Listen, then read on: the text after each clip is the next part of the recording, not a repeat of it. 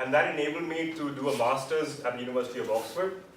And this was very special for me because not only was it a dream university, but I also got a full scholarship and a salary. So I didn't have to take a penny from my parents. So that made me feel very independent. It's a good feeling. So again, look for these scholarships.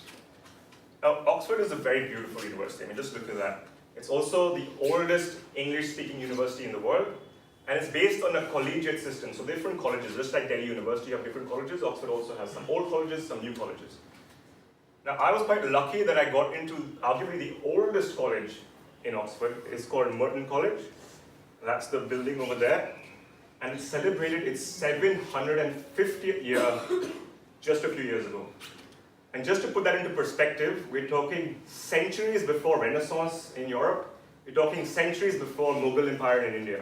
That's how old it is. And that's why it is also connected with some really weird traditions. So one of them is the time ceremony. Now before I talk about that, do you guys know what daylight savings time is?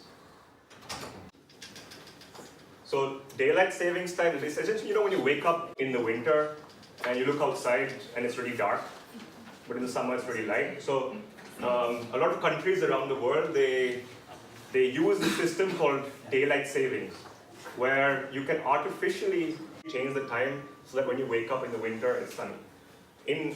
Look it up on Google, but in practice what happens is on one Sunday every year in October, the clock goes from 2 a.m. to 3 a.m. just like it does every day. But then it goes again from 2 a.m. to 3 a.m. So that 1 hour is repeated twice. Now usually, you don't really notice it. You're fast asleep, and the great thing is you get 1 extra hour of sleep. So usually you're asleep, except if you're in my college. If you're in my college, all the students have to congregate in the field of the college. It's a square field. They have to wear their best white bow tie, their suits, and their gowns, so it's very Harry Potter-esque. You have to link your arms, so that's me in the middle. You have to link your arms, and you have to run around the field for 1 hour. Backwards. And the idea is that we believe that by doing this every year, we're saving the universe. We're stabilizing the space-time continuum, and we're making sure the universe doesn't explode. So that's one of the weird traditions.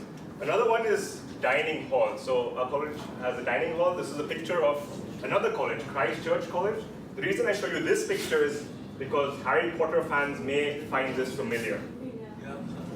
So the dining hall at Hogwarts is based exactly on this dining hall.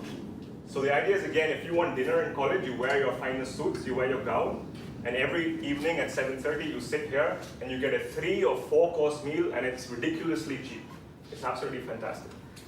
So of course I had all these weird traditions, very interesting traditions, I had a great time. But Oxford is also where I learned a lot.